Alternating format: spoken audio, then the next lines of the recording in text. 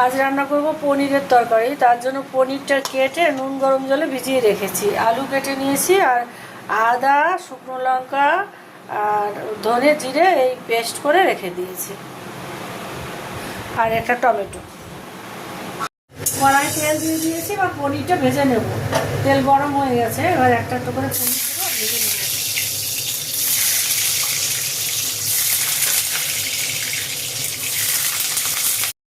পনিরটা ভাজা হয়ে গেছে, এবার পনিরটাকে তুলে নেব।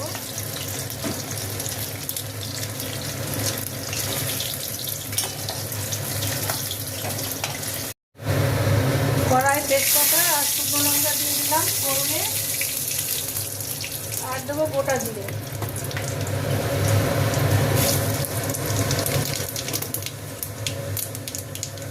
এবার আলুটা দিয়ে দেবো।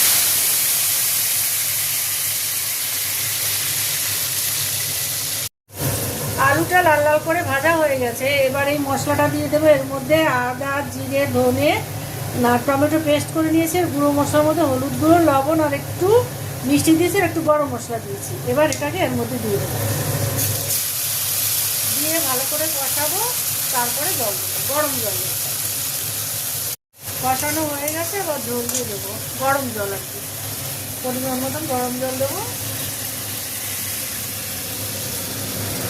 জলটা একটু ফুটুক, আলুটা সিদ্ধ হয়ে গেলে পনিরটা দিয়ে দেবো।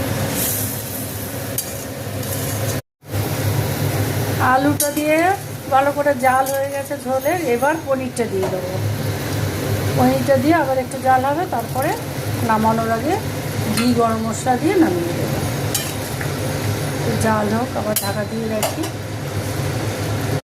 আমার পনিরের তরকারি হয়ে গেছে, এবার একটু ঘি দেবো নামানোর আগে, একটু গরম মশলা দেবো। এই যে ঘিটা, এটা কিন্তু আমার ঘরে হাতে বানানো ঘি, নিজে তৈরি করেছি দুধের সর তুলায়।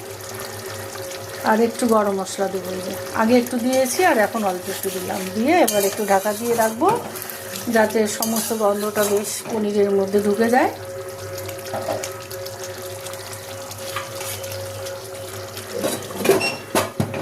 গ্যাসটা বন্ধ করে